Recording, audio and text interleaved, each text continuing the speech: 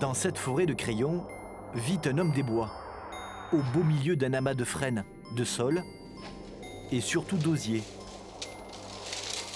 Moi, j'ai toujours adoré la fable de La Fontaine, avec le chêne et le roseau. Hein, le chêne qui résiste, grand costaud, il résiste à la tempête, et le roseau qui plie, qui s'adapte. Et l'osier fait un peu la même chose. Et pour moi, c'est un peu un symbole de notre société où on a tendance à s'écraser, à se soumettre un peu, à laisser passer le vent, les caprices, tout ça, et au bout d'un moment, on revient tel quel. L'artisan scie, et à trop percer, il se laisse bercer à tel point que ses rêveries lui jouent parfois des tours. C'est un travail intime entre le morceau de bois et la mèche. La mèche va aller dans l'endroit qui est le plus facile. Et le plus facile, c'est le cœur.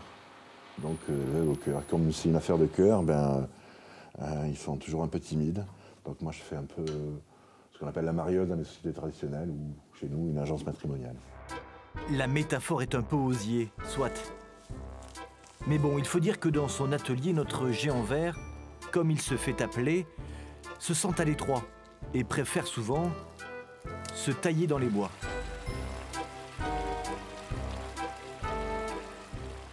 Mais avec les bois, les arbres, on s'abreuve de leur énergie aussi.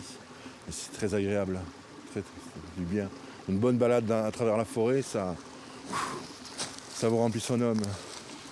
La taille, c'est à chaque printemps. Après un an de séchage, le bois est travaillé, sculpté. C'est le pouce qui va donner la force. Et classé en 4 familles. Voici celle des zigotos. Quand moi je les manipule, il y a de la casse, donc les petits bouts, je les récupère et j'en fais un petit crayon. Voilà celle des gros jojo. Ici et là, la famille de Berlioz. C'est les crayons pour écrire la musique. Et enfin, comme il fallait un crayon à son image, voici le biscornu. Parce que je suis un peu tordu, moi. Oui, parce qu'il part un peu dans tous les sens, il est un peu dispersé. Mine de rien, notre marchand de rêve vend 5000 crayons par an. Qu'ils soient de papier ou de couleur, sur son île au crayon, ce Robinson du livre à doigt entend laisser ici sa trace.